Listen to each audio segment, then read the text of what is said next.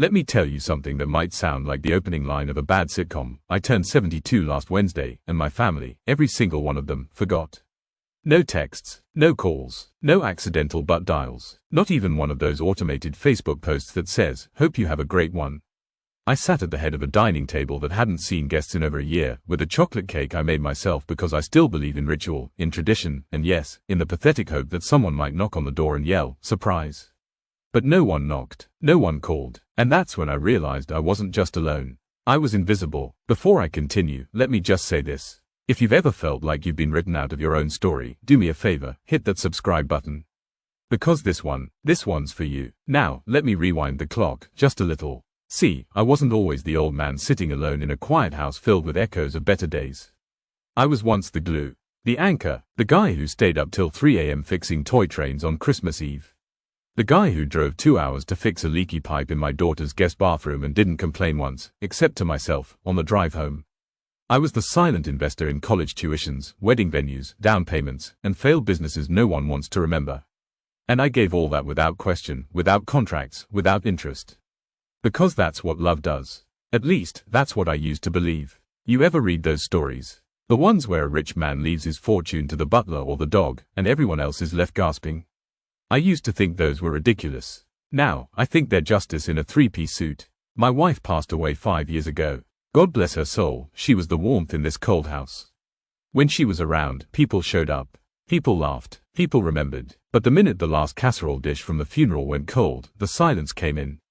And it stayed. At first, I made excuses. They're busy, I told myself. The kids have their own lives. But you know what? That's not entirely true. They had time to post their lunch on Instagram. They had time to complain about traffic on Facebook. But they didn't have 5 seconds to say, "Happy birthday, Dad."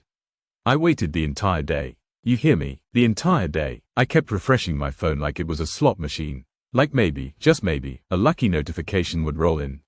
But nothing came. Midnight hit. The candles on the cake burned low, and all I could hear was the sound of my own breath and the clink of a fork I didn't want to use. That's when I realized something. Something sharp. Something painful. I was only important when I was useful. I was only loved when I was needed. And when I stopped handing out checks and fixing problems, they forgot me. So, I did what any man with a sharp memory and a sharper lawyer would do.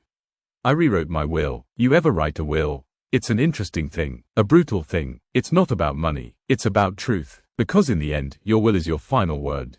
And I decided my final word would not be whispered. It would be shouted. Oh, you want to know what I wrote? I'll tell you. To my son David, who once told me, at my wife's funeral, mind you, that he couldn't stay long because he had a thing. I left him nothing, but I did leave a letter. It said, "David, I hope your thing was worth it. I hope it kept you warm at night when I needed you most.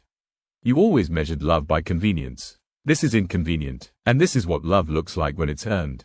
To my daughter Stephanie, who sends me bulk e-cards on major holidays with the same exact message every year, "Love you, Dad," I left her $5. Just enough to buy a real card. Maybe next time she'll write her own words. To my grandson Ethan, who hasn't visited since his 8th birthday party, despite living just 25 minutes away, I left him the scrapbook I kept of every time he said, "I love you," as a child. I hope he remembers who he used to be. Because I do. And to everyone else who thought my love was a bottomless vending machine of money, rides, and advice, I left a polite, legally binding, no.